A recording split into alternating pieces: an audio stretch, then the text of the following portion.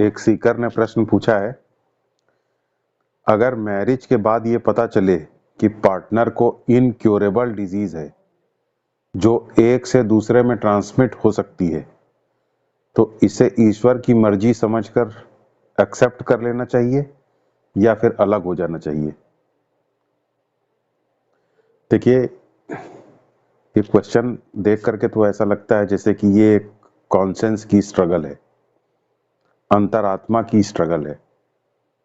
और अगर ये कॉन्सेंस की स्ट्रगल है, इनर कॉन्सेंस की स्ट्रगल है, तो कुछ बातें समझने की जरूरत है। देखिए, ह्यूमन बीइंग के अंदर तो चॉइसेस होती हैं, चॉइस करने की कैपेसिटी होती है। ह्यूमन बीइंग के अंदर फ्री विल होती है, जिसके तहत वो चॉइसेस में चुनाव कर सकता है, चॉइसेस कर सकता है। अपनी सिक्योरिटी और अपनी प्लेजर दोनों के लिए चॉइस कर सकता है। एनिमल के अंदर इस तरीके की चॉइसेस नहीं होती, क्योंकि एनिमल तो प्रोग्राम्ड है, लेकिन ह्यूमन बीइंग के अंदर चॉइसेस होती हैं। और एज ए ह्यूमन बीइंग आपके अंदर भी ये चॉइसेस हैं कि आप अपने सिक्योरिटी के लिए, अपने लाइफ के प्लेजर के लिए, अपने लाइफ के वेलबींग के लिए आप चॉइसेस करें, चुनाव करें।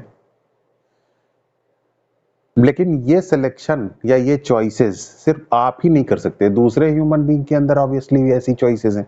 दूसरा ह्यूमन बीइंग भी चॉइस कर सकता है, चुनाव कर सकता है, उसके अंदर भी ये इच्छा शक्ति है जिसके तहत वो चुनाव कर सकता है। और चूंकि आप भी चुनाव कर सकते हैं, आपके अंदर चॉइस की कैपेसिटी है, फ्री विल की कैपेसिटी है, इसलिए आप चुनाव कर सकते हैं। दूसरा भी, उसके अंदर भी फ्री विल है, चॉइस करने की कैपेसिटी है, वो भी चुनाव कर सकता है।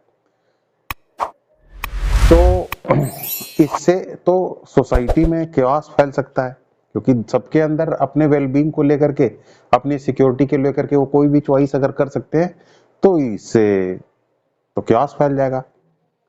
लेकिन केओस नहीं फैलता है, उसका कारण है क्योंकि हम सबको इस बात की हमेशा फिक्र रहती है कि कहीं ऐसा ना हो कि दूसरे की चॉइस हमारी फ्रीडम को अफेक्ट कर दे, हमारी स्वतंत्रता को या हमारे जीने के अधिकार को खतरे में डाल दे। तो हमें ये चिंता रहती है कि दूसरे के पास तो चॉइस करने की कैपेसिटी है, लेकिन कहीं ऐसा ना हो कि उसकी चॉइस हमारे जीवन जीने के अधिकार को खतरे में डाल दे। और इसी के साथ साथ हमारे अंदर ये भी हमारी कॉन्शियसनेस की कैपेसिटी है कि हम भी ये भी पता लगा सकते हैं कि हम कब दूसरे के जीने के अधिकार को खतरे में डाल रहे हैं अपनी चॉइस के द्वारा। यानी हमारी कॉन्शियसनेस जो है वो टू वे कॉन्शियसनेस है। हमको ये पता है कि मुझे जीने का अधिकार है, और हमको ये भी पता है कि दूसरे को जीने का अधिकार, दूसरे को भी जीने का अधिकार है। हमको ये पता है कि हम कब अपनी चॉइसेस से दूसरे के जीने के अधिकार को खतरे में डाल रहे हैं, और हमें यह भी पता है कि दूसरा अपनी चॉइसेस से कब हमारे जीने के अधिकार को खतरे में डाल रहा है।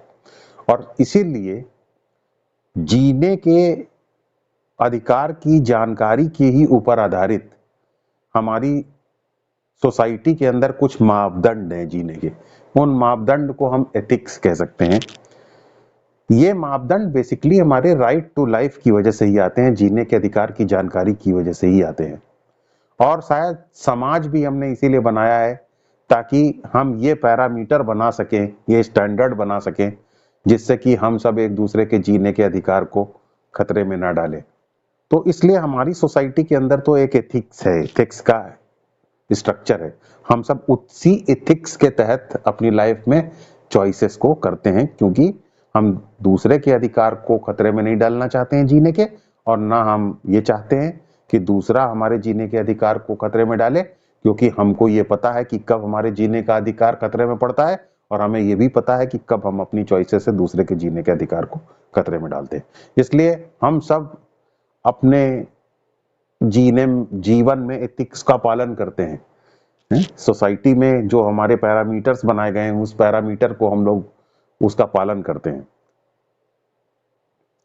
एथिक्स की से ही हमारा कॉन्शियस गवर्न होता है, हमारा इनर कॉन्शियस गवर्न होता है। तो हमारा इनर कॉन्शियस तब खुश होता है जब हम एथिक्स का पालन करते हैं। लेकिन ऐसा नहीं है कि हम सब हमेशा एथिक्स का पालन करते ही हों। एथिक्स को हम वायलेट भी करते हैं। जैसे कोई छोटा बच्चा है, वो बार बार चॉकलेट मांगता है तो हम उसको मना कर देते हैं कि नहीं, आज चॉकलेट की दुकान बंद है, जबकि चॉकलेट की दुकान खुली रहती है। हम उससे झूठ बोलते हैं कि चॉकलेट की दुकान बंद है। तो ये झूठ बोलना तो अनएथिकल है, क्योंकि हमने सोसाइटी के अंदर जो पैरामीटर बनाया है उसके तहत झूठ बोलना गलत है, झूठ बोलना एथिकल नहीं है। क्योंकि झूठ बोलना, ना सच बोलना, हमारी सोसाइटी के पैरामीटर में एक स्टैंडर्ड ऑफ लिविंग में शामिल है, ये एथिकल चीज है। लेकिन फिर भी हम बच्चे से झूठ बोलते हैं और इस प्रकार हम एथिक्स को वायलेट करते हैं। एक डॉक्टर भी मरीज से झूठ बोल सकता है, उसकी बीमारी के बारे में झूठ बोल देता है। डॉक्टर, मरीज पूछता है कि मुझे क्या हुआ, मरीज को गहरी बीमारी है, लेकिन डॉक्टर जो है वो उसकी बीमारी को सीधे सीधे उसको नहीं बताता, उसको उसकी बीमारी के बारे में ना बता के कुछ छोटी मोटी बीमारी के बारे में बात करता है कि आपको वो बीमारी नहीं बल्कि ये बीमारी है, झूठ बोल देता है उससे। तो एक तरीके से देखा जाए तो ये एथिक्स का वायलेशन है, जैसा कि मैंने अभी बताया कि सच बोलना एथिक्स का डिमांड है, सोसाइटी का पैरामीटर है।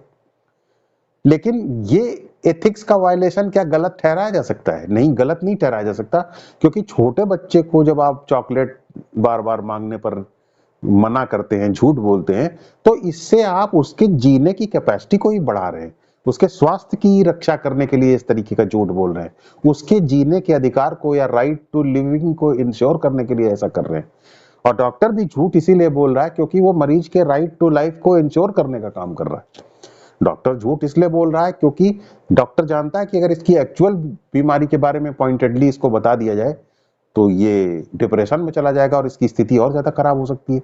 तो उसकी स्थिति और ज्यादा ना खराब हो, इसलिए डॉक्टर उससे झूठ बोलता है, एथिक्स को वायलेट करता है, लेकिन उसके जीने के अधिकार को बचाने का प्रयास करता है। तो महत्वपूर्ण बात यह है कि हम सब एक दूसरे के जीने के अधिकार की रक्षा करें। अगर जीने के अधिकार की हम रक्षा कर पा रहे हैं किसी परिस्थिति में, तो फिर एथिक्स का वायलेशन जो है वो समझा जा सकता है, उसे एक्सप्लेन किया जा सकता है, क्योंकि मेन चीज जीने का अधिकार है, सुरक्षा का अधिकार है, दूसरे की हैप्पीनेस का अधिकार है, ये मेन अधिकार है। अगर ये हम इंश्योर कर लेते हैं तो बहुत कुछ ये इंपॉर्टेंट नहीं रह जाता है इंपॉर्टेंट परिस्थितियों में कि हम एथिक्स का वायलेशन कर रहे हैं कि एथिक्स का वायलेशन नहीं कर रहे हैं। क्योंकि एथिक्स एंड नहीं है, एंड है right to life. Right to life end है। लेकिन जब हम जीवन के कठिन फैसले लेते हैं तो कठिन फैसले लेने में हमेशा एथिक्स पिक्चर में आता है और हमारे अंदर एक इनर स्ट्रगल पैदा कर देता है। आपके अंदर भी वैसी ही इनर स्ट्रगल है। अब आपको क्या फैसला लेना चाहिए? आपको विचार करना चाहिए, एक लार्जर प्रश्न को विचार करना चाहिए, जैसे डॉक्टर विचार करता है या माँ बाप अपने बच्चे के बारे में विचार करते हैं। क्या आप इस रिलेशनशिप को बचा करके या एक्सेप्ट करके इस रिलेशनशिप को अपने पार्टनर के जीवन को नर्क बना देंगे, या आप इसको एक्सेप्ट करके संघर्ष करने के लिए तैयार हैं, कॉन्सिक्वेंसेस को फेस करने के लिए तैयार हैं? अगर आप संघर्ष करके कॉन्सिक्वेंसेस को फेस करने के लिए तैयार हैं रेडिली और हैप्पीली, तो फिर आपको रिलेशनशिप को एक्सेप्ट करने में कोई दिक्कत नहीं है। लेकिन हम सबको ये विचार करना चाहिए कि अगर हम रिलेशनशिप को एक्सेप्ट करके पार्टनर के जीवन की सारी खुशियों को और सारी हैप्पीनेस को और उसके जीने के अधिकार को ही खतरे में डाल देते हैं, तो फिर हमें ये विचार करना चाहिए कि इस प्रकार की एक्सेप्टेंस की क्या वैल्यू है। इस प्रकार की एक्सेप्टेंस फिर डिबेटेबल एक्सेप्टेंस है। ओके, तो एथिक्स से ज्यादा गहरी बातें यहां पर देखने वाली हैं कि जीने के अधिकार को तो कहीं हम एक्सेप्ट करके दूसरे के वायलेट नहीं कर दे रहे हैं, उसकी एक्सेप्ट करने के बाद कहीं ऐसा तो नहीं कि हम उसके जीवन को की सारी सुरक्षा ही छीन ले रहे हैं, उसके जीवन की सारी हैप्पीनेस को ही छीन ले रहे हैं। तो ये प्रश्न जो है सबको अपने आप से पूछना पड़ता है। जब आप कोई कठिन फैसले करते हैं तो आपको ये इस तरीके के कठिन प्रश्नों को ध्यान में रखना पड़ता है कि कहीं आप दूसरे के जीने के अधिकार को तो खतरे में नहीं डाल दे रहे हैं। और अगर आपको लगता है कि आप इन सब चीजों के लिए तैयार हैं तो फिर आपको फैसला लेना चाहिए, उसके हिसाब से आपको फैसला लेना चाहिए। लेकिन प्रश्न ये इंडिविजुअल अपनी कैपेसिटी के अनुसार ही इसको आंसर कर सकता है, इसको और कोई दूसरा आंसर नहीं कर सकता।